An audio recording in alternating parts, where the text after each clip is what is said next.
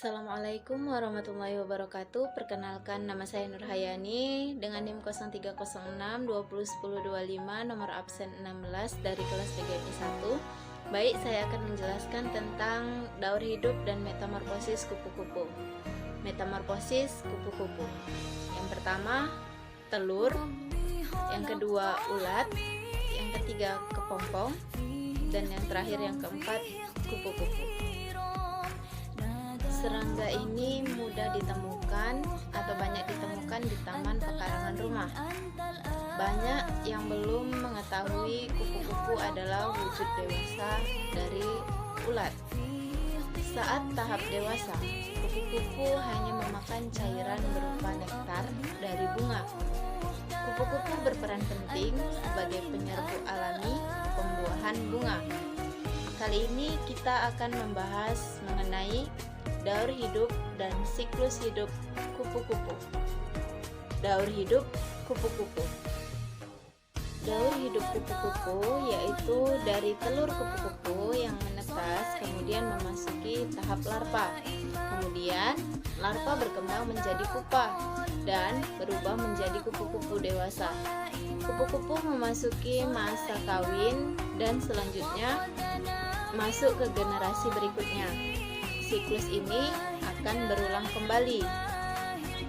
Baik, masuk kita ke dalam proses tahapan metamorfosis sempurna kupu-kupu. Yang pertama, telur kupu-kupu. Setelah masa kawin, kupu-kupu betina akan bertelur. Bentuk telur kupu-kupu tergantung dari spesiesnya. Beberapa telur dari kupu-kupu biasanya berbentuk bulat, namun ada juga yang berbentuk lonjong. Biasanya, telur kupu-kupu diletakkan pada daun tanaman sebagai sumber makanan larva kupu-kupu. Kemudian, telur menetas dalam beberapa hari, biasanya 3 atau 5 hari, tergantung dengan spesies dan iklim lingkungan tersebut. 2. Ulat atau larva kupu-kupu.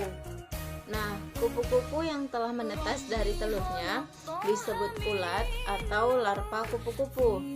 Sesaat setelah menetas, ulat mulai memakan daun yang ada di sekitarnya.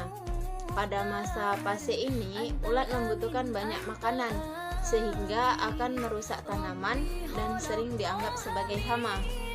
Selain itu, ulat juga berganti kulit bisa sampai beberapa kali, biasanya 4 atau 6 kali.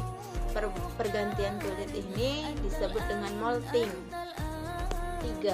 Fase kepompong atau pupa. Saat ulat telah mencapai panjang penuh, ulat membentuk diri menjadi pupa. Warna pupa yang sesuai dengan lingkungan berfungsi untuk menyamarkan diri. Biasanya pupa terdiri dari warna hijau atau warna coklat.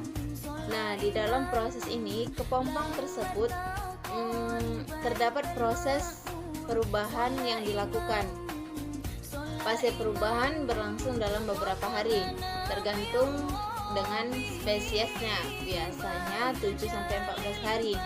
Nah, pada proses ini kupu-kupu atau pupa yang masih berubah menjadi kepompong terlihat diam, namun sebenarnya mereka melakukan perubahan. 4. Fase kupu-kupu dewasa. Nah, kupu-kupu memasuki fase dewasa setelah berhasil keluar dari pupa. Setelah keluar dari pupa kepompong, kedua sayap kupu-kupu ini masih lemah, sehingga kupu-kupu memompa darah ke sayapnya untuk bisa bekerja. Biasanya dalam beberapa jam, kupu-kupu akan mulai bisa terbang. Kupu-kupu terbang mencari makanan nektar untuk tumbuh dan berkembang. Saat memasuki masa kawin, kupu-kupu terbang mencari pasangan. Kupu-kupu betina yang siap bertelur meletakkan telurnya di dedaunan. Telur akan menetas menjadi ulat atau anak kupu-kupu. Siklus ini akan terus berulang dan terjadi pada generasi selanjutnya. Kupu-kupu mengalami 4 fase pertumbuhan. Maka dari itu kupu-kupu termasuk dalam metamorfosis sempurna. Nah, itulah tadi dia 4 fase metamorfosis kupu-kupu. Sekian video ini. Terima kasih, semoga bermanfaat bagi kita semua. Jangan lupa komen, like, dan subscribe. Terima kasih. Assalamualaikum warahmatullahi wabarakatuh.